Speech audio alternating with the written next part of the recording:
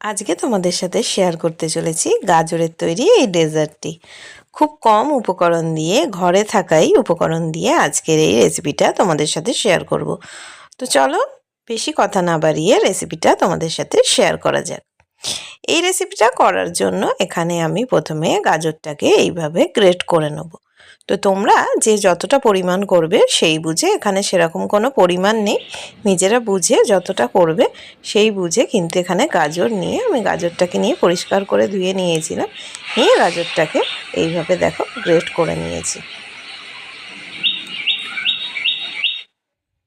আর এখানে নিয়েছি গোবিন্দভোগ চাল, এটাকে ভালো করে ধুয়ে ভিজিয়ে রাখবো।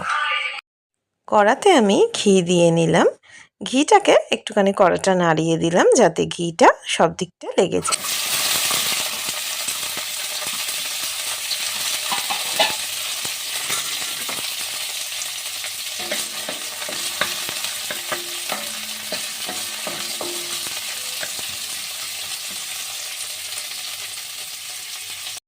কাজু কিশমিশটা আমি একটু আগে থেকে ভিজিয়ে রেখেছিলাম, এই আধ ঘন্টা মতো। তো নিয়ে আমি ঘিয়ের মধ্যে কাজু কিশমিশটা ভালো করে একটুখানি ফ্রাই করে নিচ্ছি, এতে কিন্তু খেতে বেশ ভালো লাগে। তো আমি কাজু কিশমিশটা ফ্রাই করা হয়ে গেছে, তুলে নিলাম, আর একটু কিন্তু ঘি অ্যাড করলাম। এই অবস্থাতে যে গ্রেট করে রাখা গাজরটা রেখেছিলাম, গাজরটা আমি আগেই ধুয়েছিলাম, পরে আর ধুইনি। তো দেখো সেই গাজরটা ঘিয়ের মধ্যে দিয়ে নিচ্ছি। এখানে একটুখানি এই ঘিয়ের মধ্যে এটা নেড়ে নেবো, পুরো ফ্রাই করার কোনো দরকার নেই, জাস্ট 1 থেকে 2 মিনিট মতো একটুখানি হালকাভাবে এটাকে কিন্তু একটু নাড়াচাড়া করে নেবো ঘিয়ের মধ্যে। যখন এটা নাড়াচাড়া করবে দেখবে এটা কিন্তু দারুণ একটা সুন্দর গন্ধ বেরোবে। আর এই ডেজার্টটা কিন্তু বাচ্চা থেকে বড় সবাইরই পছন্দ হয়।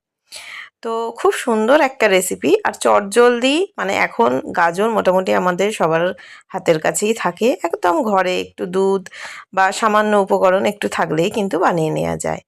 আর এখানে আমি দুধ অ্যাড করলাম।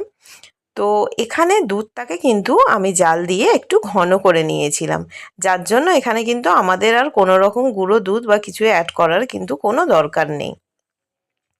তো দেখো, খুব যে জাল দিয়ে একদম হাফ করে নিতে হবে তা না, যে হাফের একটু বেশি, যেমন তোমরা গাজর মানে ইউজ করবে সেই বুঝে দুধটা মোটামুটি দিলেই হবে।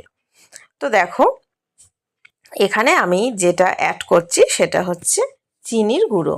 মিষ্টিটাও তোমরা বুঝে পরিমাণ মতো যে যেমন খাও সেই বুঝে কিন্তু অ্যাড করবে। আমি এখানে চিনির গুঁড়ো ব্যবহার করেছি, আমার কাছে যেহেতু চিনির গুঁড়ো রেডি ছিল। যদি না থাকে তোমরা এমনি চিনিও কিন্তু অ্যাড করতে পারো। তো মিষ্টিটা একটুখানি চেক করে নেবে, আমি নিজে চিনিটা একটু কম খাই বলে সেই জন্য চিনিটা আমি একটু কম দিয়েছি। আর যে গোবিন্দভোগ চালটা ধুয়ে নিয়েছিলাম, ওটা একটু ভিজিয়ে রেখেছিলাম, তো দেখো সেটা দিয়ে ফাইন একটা পেস্ট করে নিয়েছি। এই পেস্টটা এখানে দিয়ে দেবো। তো চালটাকে একটুখানি ওই 1-2 ঘন্টা মতো একটু ভিজিয়ে রাখলে তাহলে পেস্টটা করতে সুবিধা হয়। এটা কিন্তু যখনই আমরা চালের পেস্টটা দিয়ে দেবো তখনই দেখবে পুরো, দেখো বুঝতে পারছো, এরকম কিন্তু নাড়তে হবে, কেননা দেখো এটা পুরো ঘন হয়ে যাবে। দেখে আশা করি বুঝতে পারছো, পুরো দেখো এখন দেখে বুঝতে পারছো যে পুরো এটা কিন্তু গ্রেভি হয়ে যাবে। এই অবস্থাতে এখানে অ্যাড করে দিচ্ছি 2টো ছোট এলাচ, আর এখানে অ্যাড করব একটু কিছুটা পরিমাণ ঘি। তো এটা কিন্তু প্রায় বলতে পারো হয়ে গেছে। এই অবস্থাতে আমরা এখানে অ্যাড করছি ভেজে রাখা কাজু আর কিশমিশগুলো, দিয়ে আবারও নেড়ে দিচ্ছি। এই অবস্থাতে হয়ে গেলে এটা নামিয়ে রেখে ঠান্ডা হয়ে যাবে যখন, এমনিও এটা খেতে পারো, কিন্তু ঠান্ডা হয়ে গেলে এটা যদি কেউ ফ্রিজে রেখেও খাও তো দারুণ লাগে খেতে। তো যাই হোক, বা এমনিও কেউ খেতে পারো যারা ফ্রিজে রেখে খেতে চাও না, কিন্তু দারুণ। তো হয়ে গেলে দেখবে এইরকম একটা থিকনেস আসবে। তো কাজু কিশমিশটা দিয়ে যেহেতু আমি নেড়ে দিয়েছি, তো এটা ভেতরে চলে গেছে, আমি পরে একটুখানি আর একটু ওপরে কাজু কিশমিশ ভেজে দিয়ে দেবো যাতে একটু দেখতে ভালো লাগে। কিন্তু এখন নামিয়েছি গরম, কিন্তু ভিডিওটা শেষ করব বলে তোমাদের সাথে আমি এটা শেয়ার করে দিচ্ছি, কেননা কাজু কিশমিশ যেটুকু ছিল আমি এখানে দিয়ে দিয়েছি, আর একটু ভেজে আমি ওপরে ছড়িয়ে দেবো যাতে দেখতে ভালো লাগে। Thanks for watching, tata.